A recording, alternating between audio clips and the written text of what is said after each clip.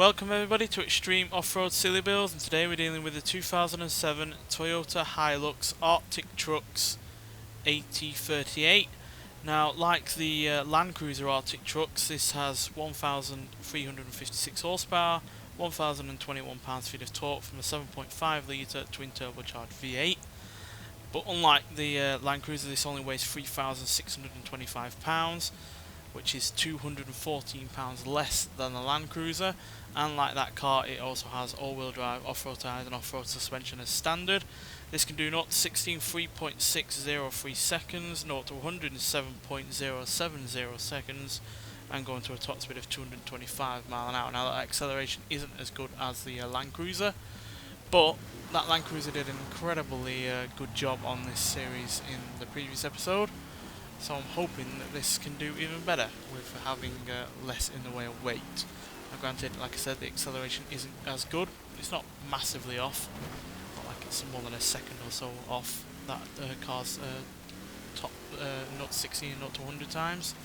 But yeah, it's all about whether or not this car can control its power as well as the Land Cruiser could, because that was a really well controlled vehicle, to be honest.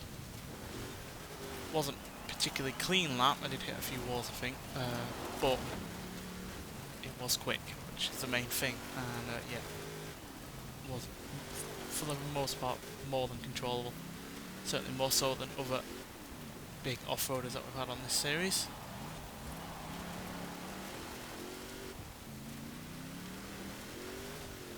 But obviously this is still a lot of power to ask out of this car, because yeah, it had nowhere near this amount of power originally. I don't even think it had 200 horsepower standard. But then again, it wasn't meant for speed and acceleration in its standard form. It was meant for torque and being able to get where you wanted to go more than getting there in a quick amount of time.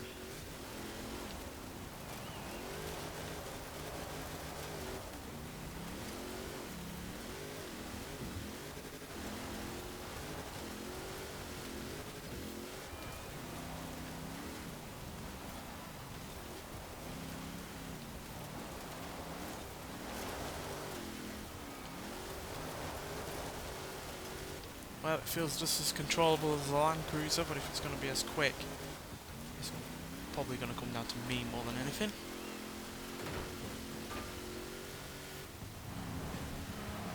Not as quick, but it's still comfortably in the top 10.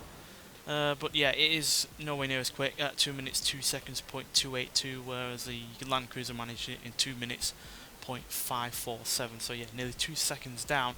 But that is still the second quickest time we've had on this series.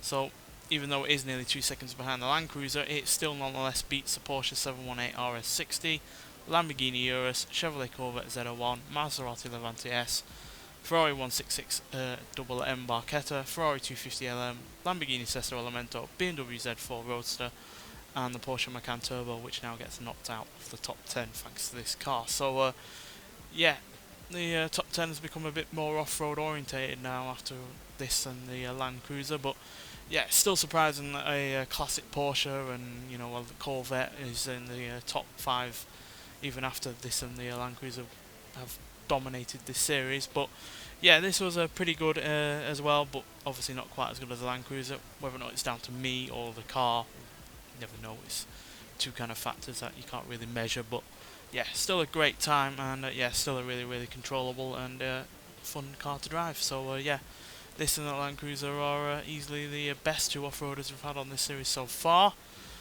Whether or not any other off-roader or any car in general is going to be able to beat the Land Cruiser, we'll have to see. But yeah, it is nice to have a couple of new cars in the top 10, and especially a new car at the top of the leaderboard. Nonetheless, thanks for watching, and I'll see you in the next one. Bye.